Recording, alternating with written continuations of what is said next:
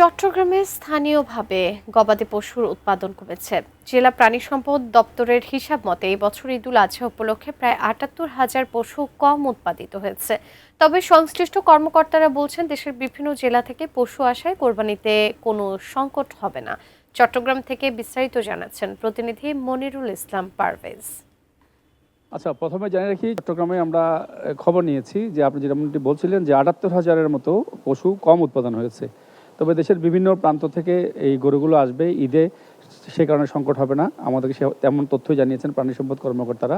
তবে এখন আমি যেখানে রয়েছি হাসান আলী এগ্রোতে, এখানে আমরা এসেছি, এখানে ব্যতিক্রমধর্মী কিছু গরু দেখতে পাচ্ছি। ওনারা আসলে আমরা এখানকার পরিস্থিতি যেটা বলি, এখানে ভুটানের কিছু গরু রয়েছে খুব সুন্দর সুন্দর, এবং আমার অনেক কিছু ভারতীয় কিছু গরু রয়েছে। আপনি দেখতে পাচ্ছেন যে এগুলো ওনারা লালন পালন করেছেন, এবং এগুলো আসলে সুন্দরের জন্য আমরা খবর নিয়েছি যে ওনারা যে খরচ, যেভাবে ওনারা এগুলো লালন পালন করছেন, আয়ের থেকে অর্থাৎ ব্যয় বেশি, এ ধরনের একটা অবস্থায় রয়েছে। তারপর চট্টগ্রামে প্রায় ৫০০ এগ্রো কিন্তু বন্ধ হয়ে গিয়েছে এই যে বাড়তি দামের কারণে। তারপর আমরা এখানকার যিনি স্বত্বাধিকারী ওনাকেও আমরা পেয়েছি।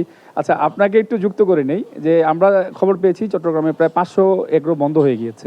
আপনি আসলে কী ধরনের প্রবলেম ফেস করছেন, আর এই গরুগুলো আসলে কোথা থেকে এনেছেন আগে সেটা একটু বলেন। এগুলা বিভিন্ন ডিস্ট্রিক্ট থেকে আনা, চুয়াডাঙ্গা, কুষ্টিয়া, রাজশাহী, এখান থেকে সবগুলো কালেকশন করা। কিন্তু যে হারে আমাদের খাবারের দাম এবং ওষুধের দাম বাড়ছে, ওই ক্ষেত্রে গিয়ে আমাদের কস্টিং মিলানো অনেক কষ্ট হয়ে যায়, মানে সেলের সাথে মিলে না, লসে থাকে সবাই। এই জন্য খামারিগুলো অফ হয়ে যাচ্ছে, অনেকে নতুন করে করতেছে, আবার ১ বছর করে অফ হয়ে যায়, এই অবস্থায় আছে সবাই। ধন্যবাদ। আমরা আসলে এখানকার যিনি স্বত্বাধিকারী ওনাকেও যুক্ত করে নিয়েছিলাম।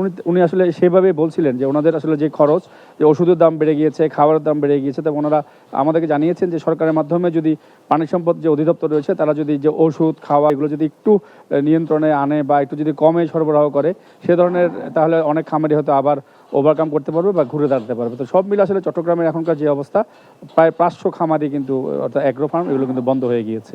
তো আমার কাছে আপাতত ঈদের যে অ্যাগ্রো নিয়ে আমার কাছে এখান থেকে এতটুকুই রয়েছে।